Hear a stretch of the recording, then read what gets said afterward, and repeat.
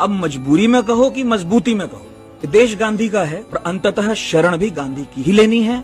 अगर ये बात आज समझ नहीं आती है, कोई बात नहीं, विध्वंस के बाद फिर निर्माण होगा। गांधी को आपसे, हमसे और इस जनरेशन से या पूरे देश के लोगों से कोई सर्टिफिकेट नहीं चाहिए।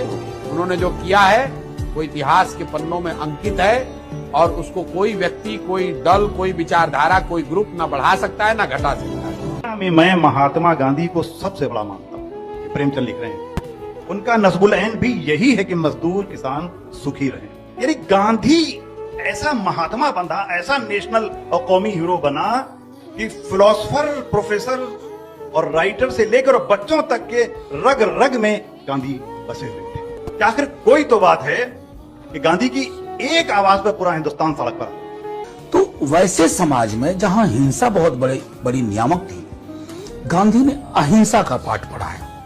उस दौर में भी कई लोग इसको कायरता का प्रतीक मानते थे, लेकिन वो ये नहीं समझ पाए कि विश्व की सबसे शक्तिशाली सेना से आप हथियार से नहीं मुकाबला करो। आपके लिए ऐसा हथियार चाहिए जिसका मुकाबला वो न कर सके।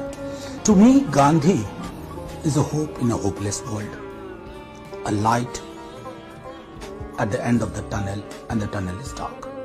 That is Gandhi. चर्चिल को कोफ्त थी गांधी से। गूगल करिएगा, राउंड टेबल कॉन्फ्रेंस लंदन की देखिएगा, वहां वो सारे बैठे हुए हैं, सूट ही नहीं गर्म सूट पहन करके, और उनके बीच में एक ही आके बैठ गए। एक नंगे आदमी ने बाकी सब में हीन भावना भर दी है क्योंकि ठंड नहीं लग रही।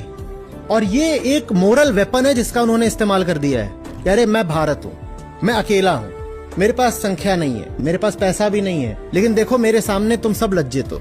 इस देश के लोगों की उंगली पकड़कर आजादी दिलाने वाला महात्मा गांधी, मोहनदास करमचंद गांधी। महात्मा गांधी जानते थे कि देश में क्रांतिकारी आंदोलन करके अंग्रेजों को 2-4 दिनों में ही जान से मारा जा सकता है।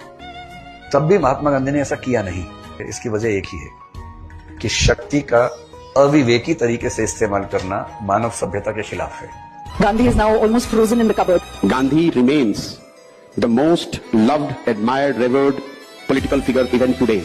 You cannot, even Mr. Modi or Rahul Gandhi or anybody on the earth in this country cannot dream of being in the power by openly criticizing Gandhi.